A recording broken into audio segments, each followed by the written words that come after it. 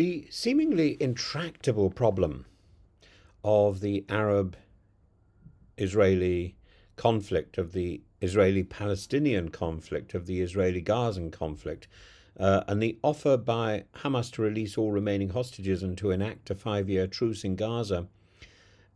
Is this about as good as we're ever going to get? And does this solve the problem? Well, the answer to the first question is, I think yes, that's about as good as anybody is ever going to get. And the answer to the second problem, does it solve the issue? No.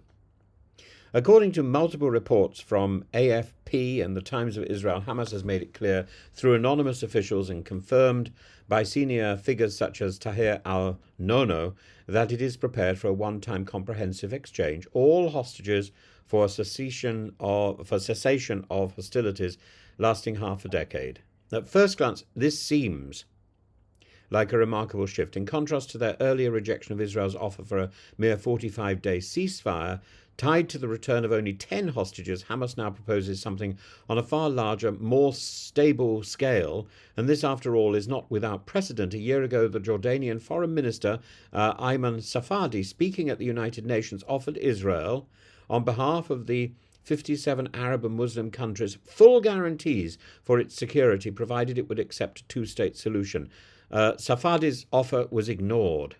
And I think it's worth looking at it again and again and again to see the sense of it. Now Hamas, facing dire humanitarian collapse in Gaza, offers what appears to be a mirror image: security through cessation, albeit temporarily, if Israel reciprocates meaningfully. This raises an uncomfortable question. Why would Israel, under Prime Minister Netanyahu's government, hesitate or reject this offer unless it harbours ulterior motives? It's the same question, I'm afraid, that Ayman Safadi asked in the Security Council. The historical record is not flattering to Netanyahu's coalition. Since October the 7th, Israel's stated objectives have included not only the return of the hostages, but also the total disarmament and eradication of Hamas. Both, I hasten to add, applaudable aims. Neither achievable, and neither have been achieved, and neither will be achieved. Hamas, however, has refused outright to surrender its weapons, asserting that the weapon of resistance is not negotiable.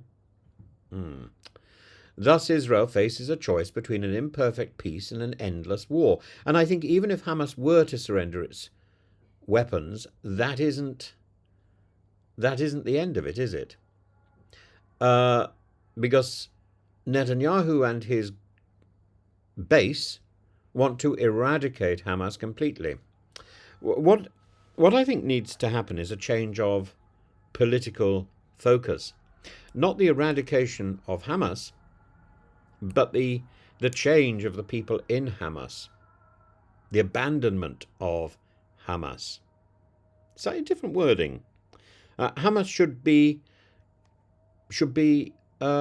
recognized as a terrorist organization within Palestine, and it should simply be abandoned and no further.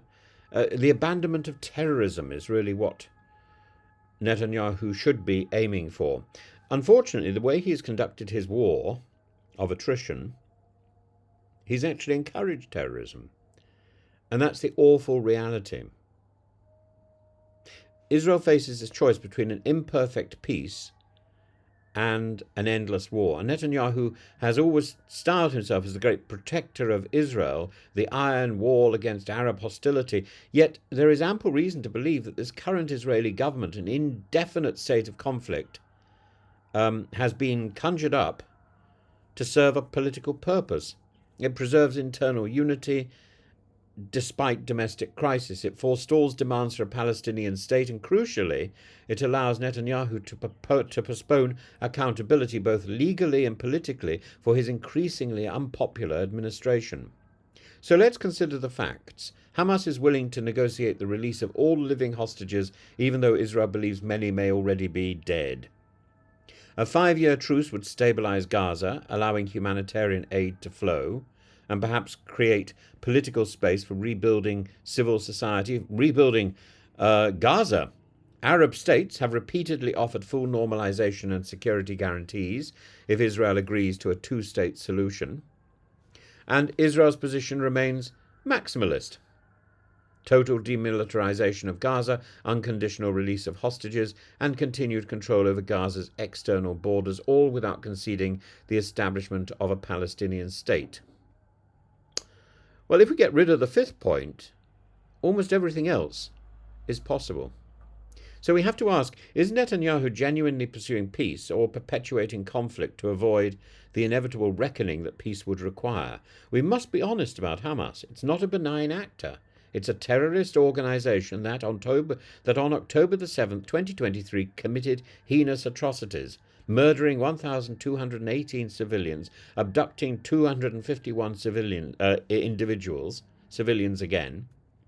Its founding charter calls for Israel's destruction, but the reality of Gaza today, starvation, the collapse of medical services, an unsustainable death toll exceeding 50,000 civilians, is not merely a Hamas problem. It's a humanitarian catastrophe that demands a ceasefire, irrespective of the perfect political conditions. In Tel Aviv, thousands of Israelis demonstrate weekly for a hostage deal, their faces often bearing photographs of kidnapped loved ones, plead for pragmatism. They embody. That's badly worded. Their faces plead for pragmatism. They carry photographs of their kidnapped loved ones, and they embody a sentiment often lost in government pronouncements that the pursuit of an absolute victory may come at the cost of Israel's soul. It may have already come at the cost of Israel's soul. The logic of war, the total annihilation of the enemy, may be strategically intoxicating, but it is practically elusive. Every bomb that falls, every child that dies, fuels the next generation's anger. This is not victory, this is a cycle of grief. And therefore, Hamas's offer, cynical as it may be, should not be dismissed. If it is genuine, if flawed, it is still nevertheless an opportunity to establish and to work on the peace, rather than to perpetuate the war. 5 years of quiet would save lives, create political openings, and perhaps, just perhaps, reopen the discussion around a two-state solution which Netanyahu and his allies have done so much to sabotage. A refusal, in the absence of a plausible counter-offer, would indicate that Netanyahu's government seeks not peace, not even security, but a grim, perpetual domination over a broken people and a future of endless war.